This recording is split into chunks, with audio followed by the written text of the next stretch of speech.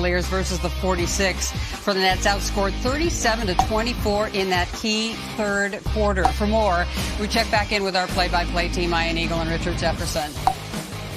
Nancy, the third quarter really did the Nets in. Cleveland had tremendous energy, and Richard, we know the defense is going to continue to be a topic. Teams will look to take advantage of the Nets' weaknesses, and the Cavaliers gained a lot of confidence in these two games. Both games, two of the best offensive performances we've seen from Cleveland this season.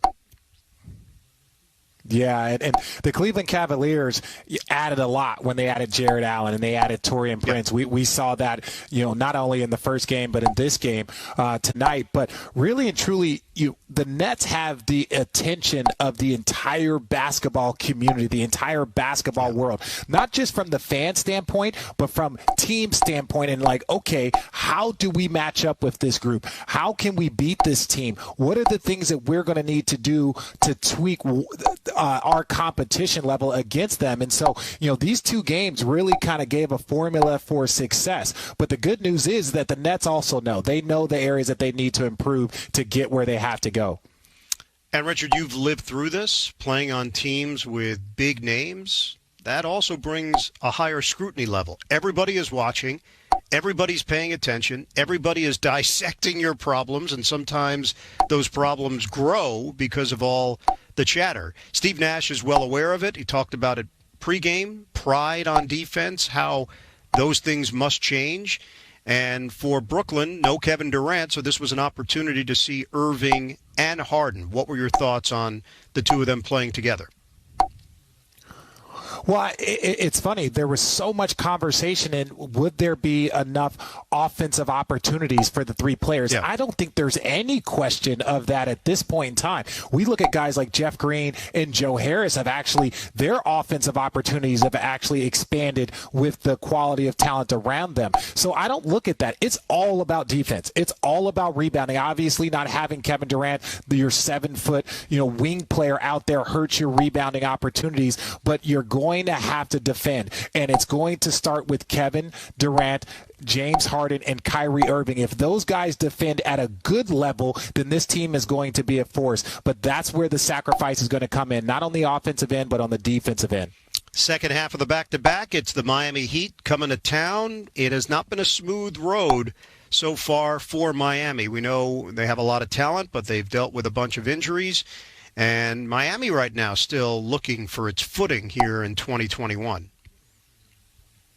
Yeah, they're going to be a good team later. Understand, when we talk about that quick turnover, everyone was talking about the Lakers. Well, the Miami Heat and their young players got a lot of minutes late into the season. So for them to have this quick turnaround, it was going to be a little difficult in my opinion. They didn't have any real additions, so that this team was pretty set when they showed up to start this year. So when you have a couple of injuries, some COVID protocol situations, and they played a ton of minutes late, it's going to be, I think they're going to build up as the season progresses.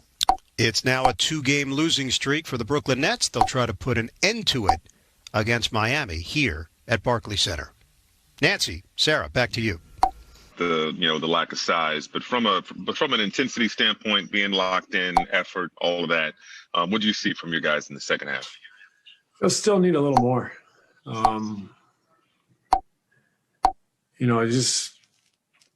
I think we're last in the league in 50-50 balls, contested shots, hustle plays. We've just got to find a way to play harder, dig deeper. We're not a defensive roster. We have to take more pride in it, and we have to win more 50-50s, contest more shots, fight, scrap, claw. And that's what I think is missing as much as anything schematic that we're breaking down. You can expound on this, but is that your biggest takeaway from these last two games? And if not, what is the big takeaway from these games with the Cavs? Yeah. I mean, you could talk about that we're not a defensive team or we made too many errors schematically. But, I think the bigger message is that, we're just showing up to the gym is not good enough. Like we're playing people that I think are excited to play and compete against our team, and they're going to bring it every night, and we have to match that. So that would be my my main overriding thought on these two games. Brian Lewis with the New York Post. Hey, Steve, how concerning is it when you consider this is the same team that you just saw them 2 days ago. So you would think, considering the way that game went, and this was a topic then as well, that your guys would be fully engaged and Cleveland would have your full attention. I mean, how concerning is it then to see that kind of effort level and physicality level? Yeah, I mean, I don't want to overreact. But it is something that we have to continue to chip away at. We have to build that resolve, that hunger, that desire to win some hustle battles, to win the turnover margin, the rebounding margin, win in other ways. We got a lot of things to work on. There's a lot to clean up. It's very early. Like I said, it's relatively new. Having Kai back after 2 weeks, James joining the team, Kevin sitting out tonight, it's a lot thrown at us. So, I don't want to overreact, but we are going to urge the guys to clean up as much as we can the hustle areas, but also schematically just continue to refine and get better. And you know how this league is. A few days ago, we were on a 4-game winning streak, and now we underperformed in 2 games. So we got to find a way to get ourselves, playing a little cleaner, a little sharper, and trying to clean up some of these categories that we're not competing well enough in. Alex Schiffer with The Athletic. Hey, Steve, in the first half, I think you guys just had 2 turnovers. You were really clean with it. And then in the third quarter, just that kind of all came unraveling. Just what do you think changed with that? I don't know. You could say carelessness, or you could say familiarity. We haven't played together. It's the second game. But, you want to protect them in a sense and say, like, hey, it's early. And at the same time, you expect them to perform. So I don't want to give them an out, but I also don't want to overreact on the night and realize that this is going to be a season where, it's going to be funky. It's not going to be your normal growth and progression where, I think we've played more games than any team in the league and had less practice time, and we're a new group and had a lot thrown at us. So I don't want to overreact, but we definitely are aware of our defensive inefficiencies, and we have to control some of those things that we can control. We can't control necessarily adding more defenders right now, but we can control how clean we are with our communication and our schemes. So we've worked on that every off day. We go over it game day, and we just got to keep chipping away and keep improving in those areas. Malika Andrews with ESPN. Steve, it is still early in the season, and you said often that you don't want to overreact or put too much weight on early games, which makes sense. But is there a point where you have in your mind, this is when we need this figured out by? Is it, when nothing matters until the playoffs? When is the point to react? Well, there will be some reactions along the way, for sure. You've already seen me get upset this year. But having said that, I do think this is one of those years, and this is one of those groups without a training camp. It's going to take us the entire year. So does that mean I expect us to be at this level until the playoffs? No, I expect us to improve, and, we'll have some weeks will be better than others. But as long as we're continually trending towards a higher level, that's all you can ask for. So, like I said, couple days ago, we were going well, and here we are getting outplayed twice in a row in Cleveland, and we got to get back and find that juice to if nothing else, make people feel us and make them pay for what we play, how we play out there on the floor. Right now, it just felt like Cleveland never really had to feel us, and so that's a lesson for us, and we'll get another shot at it tomorrow night. Christian Winfield with the New York Daily News. Hey, Coach, how does integrating James Harden into the rotation kind of change your rotations? Like, do you have to be more strategic with who you want to put around him versus what you had before? We're constantly going to search for what is the best rotation. We took, in a sense, Jeff came out of the starting lineup tonight for one reason, in that we're really small in that second unit.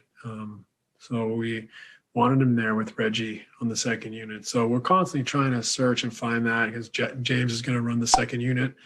We got to continue to work through this and continual discovery on what are our best rotations and combinations. But we also got to be patient and try to survive in some senses this early season for us. And we got a lot to clean up, but we got a lot to build on too. So while we're frustrated, while we need a reaction, we also don't need to overreact and keep this team together, because that's the one thing that can unsettle us is if we don't stick together, and if we allow some of these disappointments to magnify and to throw us off. We got to really just continue to push together and take some lumps along the way that will make us better and show more resolve and give us some lessons that'll be necessary when come playoff time. And last question, back to Michael Grady with yes. Coach, you were mentioning that teams are getting excited to play against you. Is there enough of a sample size just to notice a trend in the effort and the difference in effort against a Utah, against a Philadelphia, against a Milwaukee most recently, and no disrespect to the Cavs, but against those other teams that aren't necessarily your top tier? Yeah, I mean, you see the records. We've done well against better teams, but we've talked to them about having a target on our backs, and that you're going to get people's best shots, and they'll be excited to play against the guys that we have on our roster. So there's a certain element of that, but like I said, we have to make them aware of that discrepancy in the effort and against the team we're playing, but also just overall that we stick to what our path is. And it's not a normal season, so it's not going to be 2 days between games sometimes where you can just practice. It's going to be very rare. We're going to have to really keep chipping away. It's going to be small.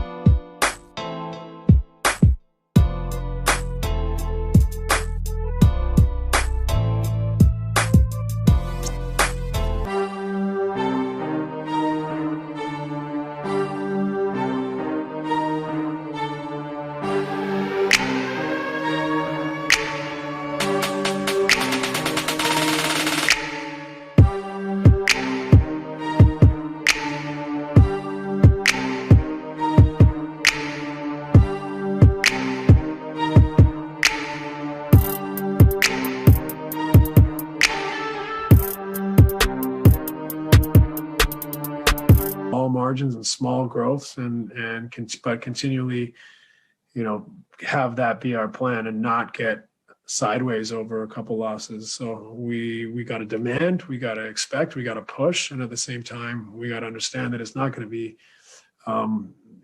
straightforward this season because of the parameters that we're facing.